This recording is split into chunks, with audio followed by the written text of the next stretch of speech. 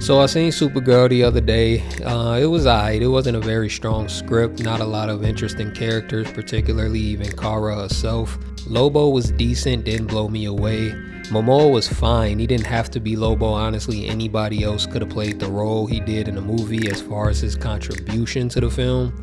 It felt really rushed in the beginning to start the adventure just to get everything going.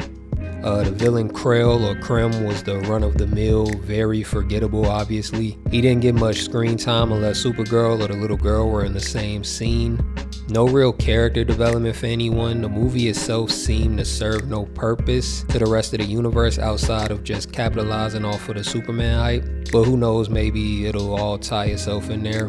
Overall, I found myself not really caring for anything or anybody in the movie, including Supergirl. She could have died and I just wouldn't have cared, because although she's on screen for 95% of the time, it didn't feel like I was getting to know her, just what happened to her.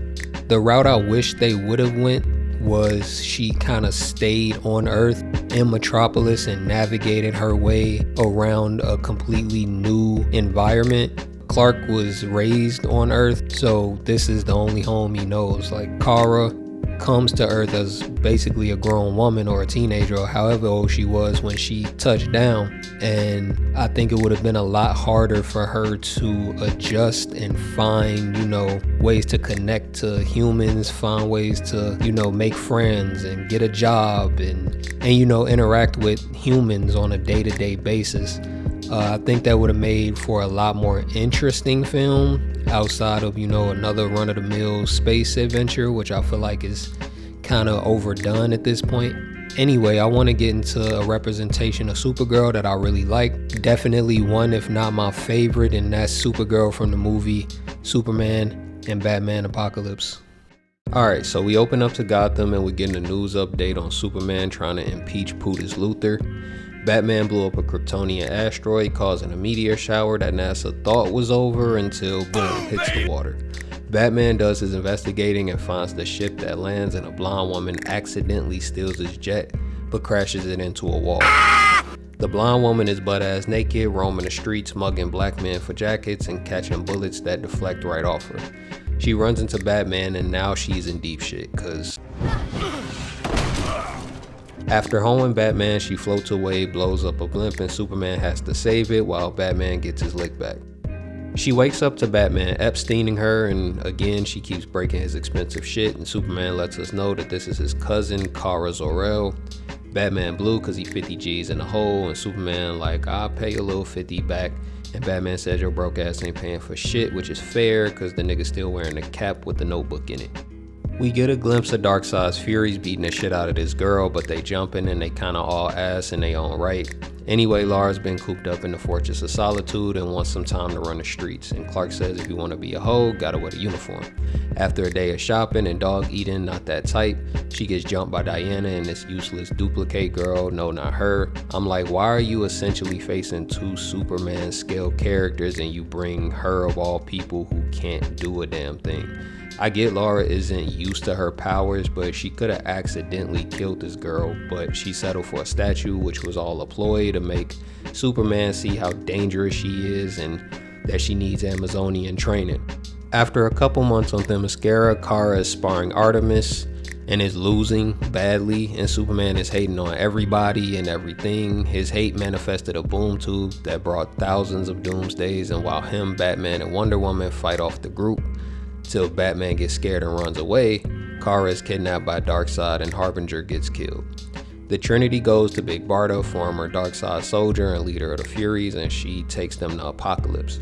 Superman goes to find Kara, Wonder Woman, and Barda look for Darkseid and finds the Furies.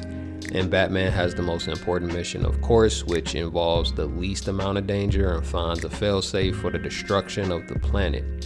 Wonder Woman and Barda have the second best scene in this movie because they were throwing hands at the top level.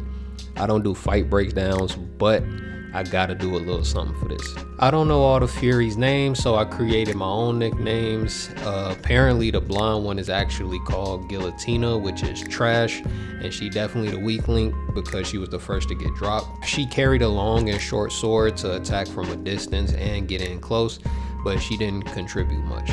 Goliath here, who was really imposing her will and used her size to her advantage, which is why she landed the most decisive blows, but it also kept her flat-footed, which is why she got killed first. And part of me was like, Big Barda would kill a woman she trained and was in the same position of servitude, basically a slave to Darkseid, but she wouldn't kill the old woman who put her in that situation. Like, she gets spared. Make it make sense. But anyway, She-Devil would get in close and personal, and she was agile and put on pressure like nobody else in the ring, but getting too close was her downfall. The Dominatrix kept her distance and would throw off the rhythm of fighters, but she got her ass whooped by a woman who was tied up, so I see why that was her specialty. Big Barda is a great defensive fighter, and Wonder Woman showed why she is one of the best hand-to-hand combatants, because she was doing everything: long range, defense, and offense, fighting on the inside, threw some wrestling moves in there.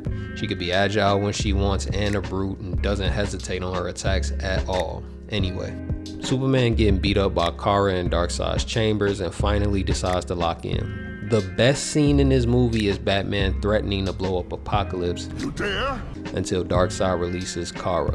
And Darkseid says the hardest yet saddest truth about humankind. You, a human?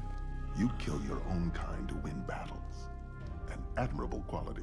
After giving Batman brain damage and more back problems, Darkseid tells them to take Kara and get the fuck out of it. Everyone makes it back to Earth, and Superman decides to take Kara to Smallville. Why, I don't know, makes no sense. She seemed more like a city girl, but whatever. While they were walking through the door, a fat ass fist breaks through the door, knocking Superman back. Kara goes down trying to protect Superman from the Omega beams, and Superman gets yoked up and gets done so dirty. His own laser beams to the face, punched in the air, and then Omega beams right out of the fight. Kara did better than Superman. She landed an uppercut, got some punches and kicks in, made Darkseid hit himself with his own Omega beams. Kara did better than Superman the entire time, but it is Darkseid, so he turned the fight around and left her KO'd in the dirt. Superman is knocked out in space, but finally came back with a cool little landing, folding his arms like he was that nigga, and then lost all swagger when he seen Kara down. And that's when he snapped and got to causing tornadoes and tagging Darkseid like he was Flash. But eventually Darkseid got boom tubed back to where he didn't come from.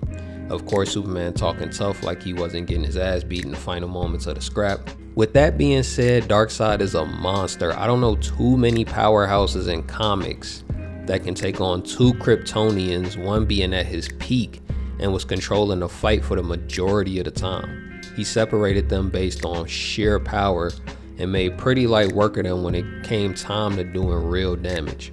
And outside of Kara having her moment and Superman's tornado punches, he dominated. Anyway, the Kents come back to a fucked up home and land and didn't even get speaking lines. But Kara finally gets her fit and her name that we all know her as, Supergirl.